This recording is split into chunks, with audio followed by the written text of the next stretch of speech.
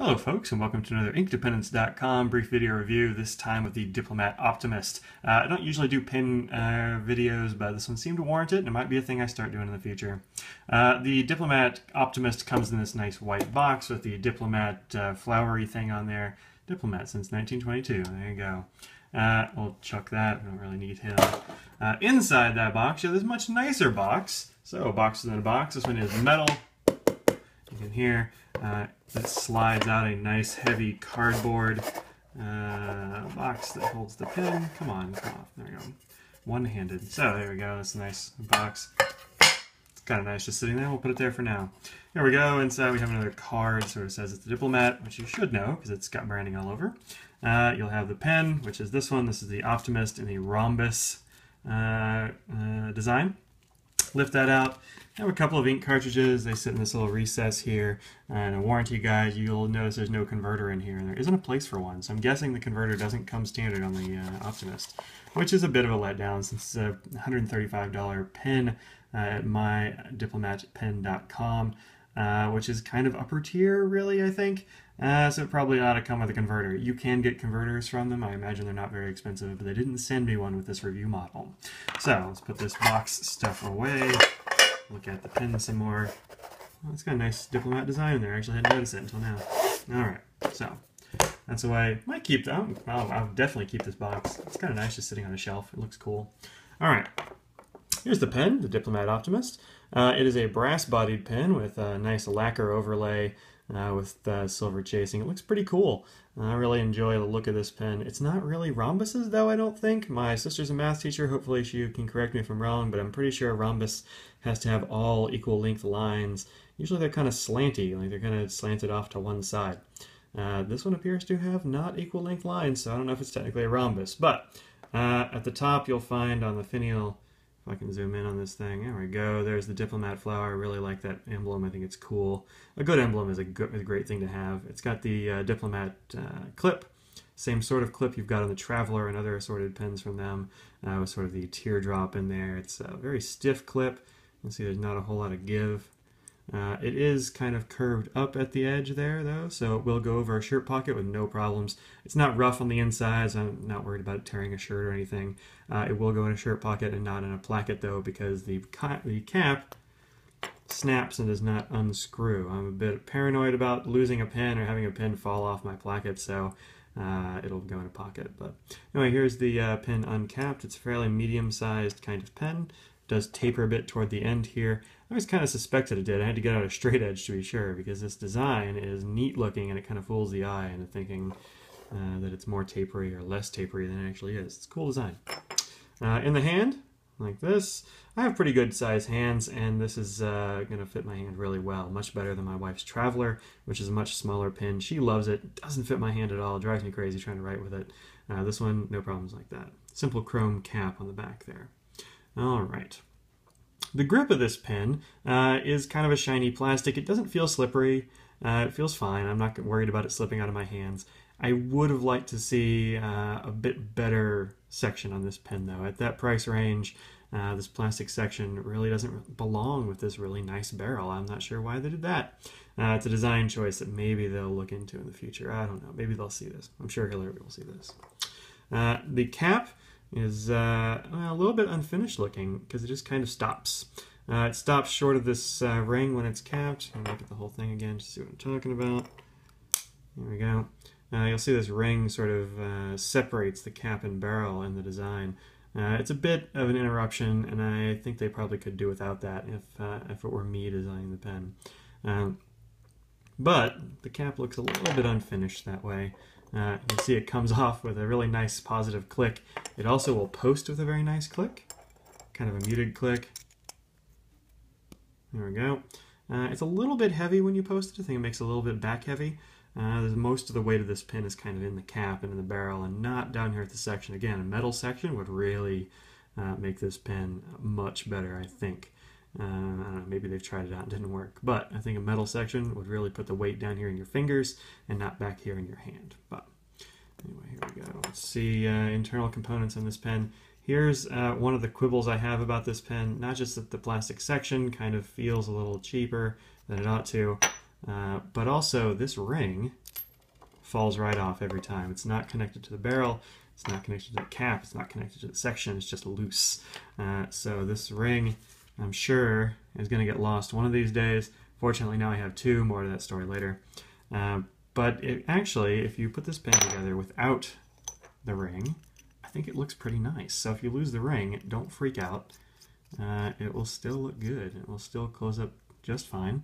No noticeable gap or anything there. And now it's just sort of black. A lot of people like that kind of stealth look. It does mean that these silver lines just terminate right there at the section, and so some design folks might not love that. But when you close it up, I think it looks kind of good with the with no ring in there, because if you have the ring, you still have that little black edge between the cap and the barrel, and it's going to be, I don't know, at least as noticeable, probably more with the ring in there. So I don't know, if you lose the ring, don't freak out. I don't know if it serves a purpose, but I don't know. It's going to get lost for sure. All right, so to how this pen writes, I've got another little video that shows me writing with it, and apparently I used the loudest paper possible, which is this Fabriano paper. I really like the way this thing writes now. When I got it, it was a medium nib, and you'll see in some of the other pictures that, heck, I'll get it now. Here it is. The original review I wrote with a medium nib. The medium, I just don't love that nib. I think it might just be a bum nib. And I contacted Hillary and said, oh, this nib doesn't write that great. She said, oh, goodness, let me fix that, and sent me a new one that same week. It was awesome. Their customer service, fantastic. If you ever have a problem with a Diplomat pen, get a hold of mydiplomatpen.com, and they will hook you up with replacement parts or a fix or whatever it is that you need. I really like their customer service. Good CS is awesome. All right, but the problem with this one was that it was kind of a mess. If you look at the lettering, this is Private Reserve's American Blue. I had the blue cartridge they sent me in there, and as I say up there, it was kind of a bleedy mess, and I thought maybe it would be the ink and not the nib. But I think that nib was just not very good. It would get dry, and then it would gush. I mean, if you look at it here, you'll see you can see a little bit of ink on my hands. The trademark of a fountain penner. Here it is super dark, and then here it gets real light. Even within the same word, it'll get kind of weird. So I decided to switch out the ink again, just in case the ink wasn't the problem with the Diplomat cartridge, and I put that Private Reserve in there. It's really saturated. Maybe that was gumming it up or something. So I put it in, put Aurora Black in there. Everybody knows Aurora Black. It's a very good ink, and it's I don't know, kind of wet, real I don't know, not viscous at all. I'm looking for the anti-viscous. It's not coming to my mind. But here, you look at like just this word right here, you can see it starts out real thick and then peters off at the end and then kind of comes back.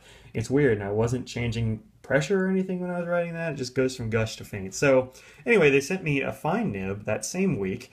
Fantastic service again, and the fine nib is great. I'm a big fan of it. I mean, look how much better that is than that. Same paper, same ink, different nib, bam, immediately better. So if you can get a fine nib on a Diplomat pen, I urge you to do so.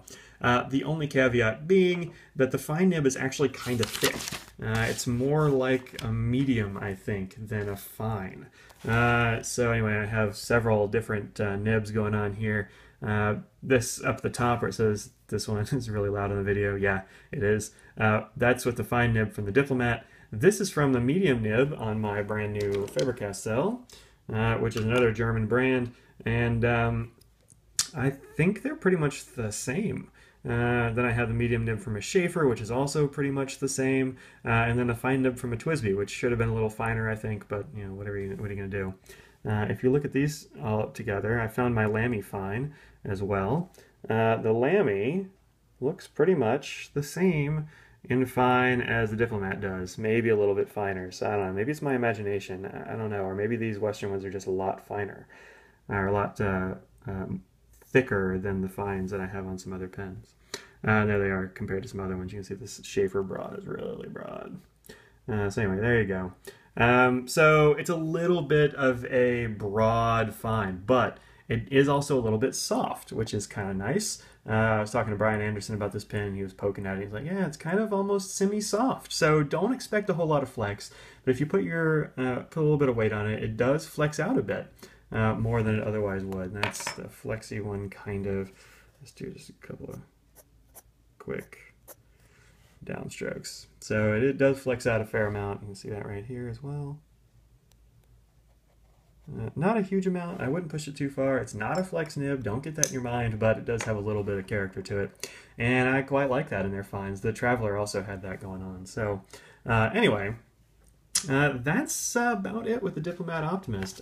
I do like this pen. I like it a lot more now that the nib has been changed.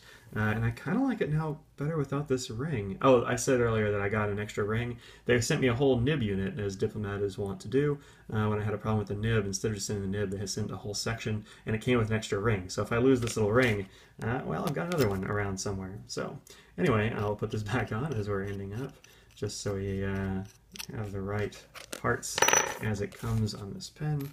I urge you to check out Diplomat. It's a brand that I find a lot of people kind of have heard of, but I don't know very many people that have. Come on now, if I can get this on with one hand. There we go. I don't know all that many people that have Diplomats, which I think is kind of odd, because they're good pens. I really want to get my hands on an Arrow one of these days, maybe one of those Balances or a Charisma. They've got all kinds of cool designs. Go check them out. And I think they're getting better over time. So if you find a Diplomat around, I would say check it out. My mom liked the Traveler that she got so well that she ordered another one of the same pen. I try not to double up pens, but when she finds something she likes, she'll get another one. So anyway, there you go.